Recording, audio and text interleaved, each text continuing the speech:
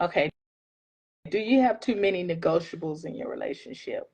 And this topic kind of came from just online scrolling, and I don't really know what the full conversation was about, but they were talking about people having non-negotiables in relationships. And so I realized throughout that conversation that people have too many negotiables. So negotiables meaning that pretty much anything goes in the relationship.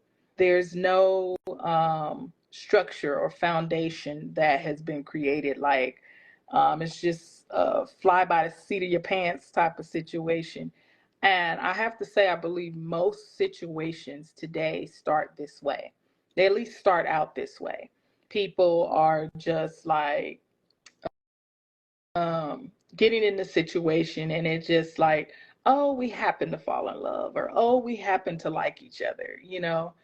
And so because of that, it's just like there's no rhyme or reason. There's no once you get to the point in which you feel like um, you actually want to be in this situation, there should be some type of negotiation. Okay. And you guys already know, I always say a relationship is a business partnership. It is your first business partner. And so because of that, why wouldn't you negotiate the situation, right? Um, I'm not sure why some of you guys are having a hard time getting in. Let me see. Um, I don't know.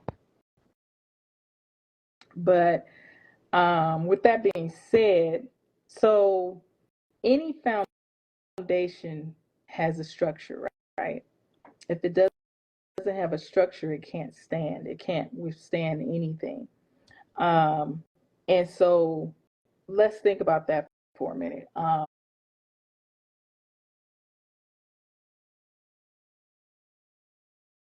If I was to build a house today, and I wanted to build that house from the ground up, more than likely, I'm going to need certain type of materials, right? Certain types of tools, certain type of equipment. I'll need certain types of wood, certain types of nails. Like you can't build that house with anything you like. And so there is non-negotiables in that situation of building that house.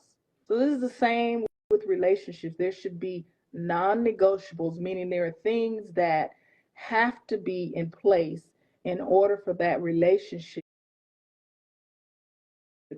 to be considered a relationship or something significant or something valuable, something that you can actually be in. And so when we think of it that way, and we look at the analogy of the house, um, like I'm saying, you can't build the structure of a home from scratch with just anything. If that was the case, we wouldn't go buy homes. We would just be at home. I just cut this paper house out. I'm just set it on somebody's lawn, and I'm gonna have it look like I got this beautiful house. When in actuality, it's just paper, right? And the first wind to come, that's it. That's pretty much what these relationships have been built on these days. People are creating situations and not um, structures and foundations. They're not creating relationships that can be things that we can live upon and we can like create an atmosphere. They're just creating a situation. It's like you get in these situations and you don't know what you're going to get. Everybody's doing everything, right? Everybody's going along with everything. Nobody has any rhyme or reason to why they're in the connection or what they want from the connection, or and they may, but they're not discussing it. So this is the key thing here when I say you have too many negotiables, too many things are just in the air for you to just figure out. There's nothing that no one has put in place that no, That's something I cannot live with. So when we look at the flip side of it, a negotiable, a non-negotiable, what is a non-negotiable and how does that look in a relationship? So I'm gonna give you guys a few. I'm just gonna name off a few for you so you can get kind of an idea of what I mean about too many negotiables and not enough non-negotiables in your relationship. And as we can see, most of those situations are falling apart. So if you place non-negotiables in your relationship, what you'll find is the two people are happier. They're going to be able to live up to something every day because now we've put things in place that we both are agreeing on, and we both understand that this is how we want to live our lives. Now, keep in mind, like I always tell people, one relationship should not be like the next. Whatever you have with that person is between you and that person. And it shouldn't matter to other people, which people do trip, but you can't allow it to matter to you, to who are in the connection. You have to just have your relationship. So let's look at some of these non-negotiables. Respect, boundaries. I have here trust and what trust looks like to the two of you. So, one person may say, if you do certain things, that creates a level of distrust for me. Um, and you have to be mindful that, like I saying, this is not going to look the same for everybody. So someone else may look over to your connection and say, oh, y'all doing too much with the trust thing. You know what I'm saying? Y'all creating environments where it's unhealthy and nobody trusts anybody. So now you have all these little things in place to where I need to know your every movement. So I'm talking about a healthy relationship when I speak to you guys. I'm not talking about situations where a person is living in an unhealthy environment and the two people have not healed or grown in any type of way. So if you look at it in a healthy sense, talking about trust can be healthy. What does that look and feel like for both people, and how can we keep it so that it creates a healthy environment between us in our household? Another one, beliefs. This is a big one. So your beliefs, your religious background. Say you have a child and you have that child, and whose religious background does that child go with if both of you guys have a different upbringing or a different belief?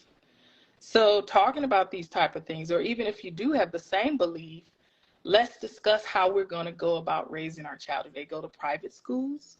Do they go to public schools? Are they going to a specific school that's just for your maybe belief system?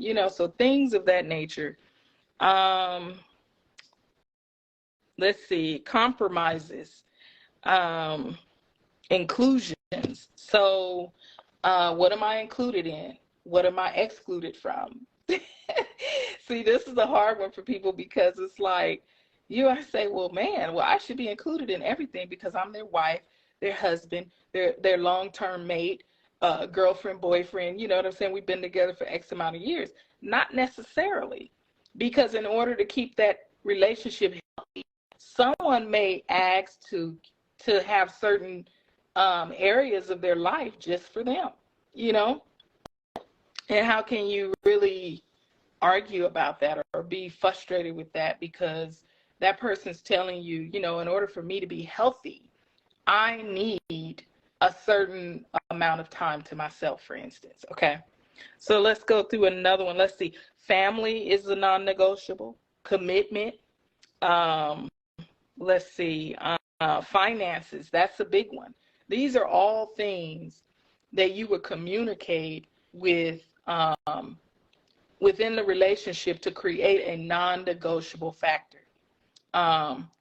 Hey, Dre, so I just was talking about that basically too many negotiables in a relationship breaks the foundation because there is no foundation. So basically,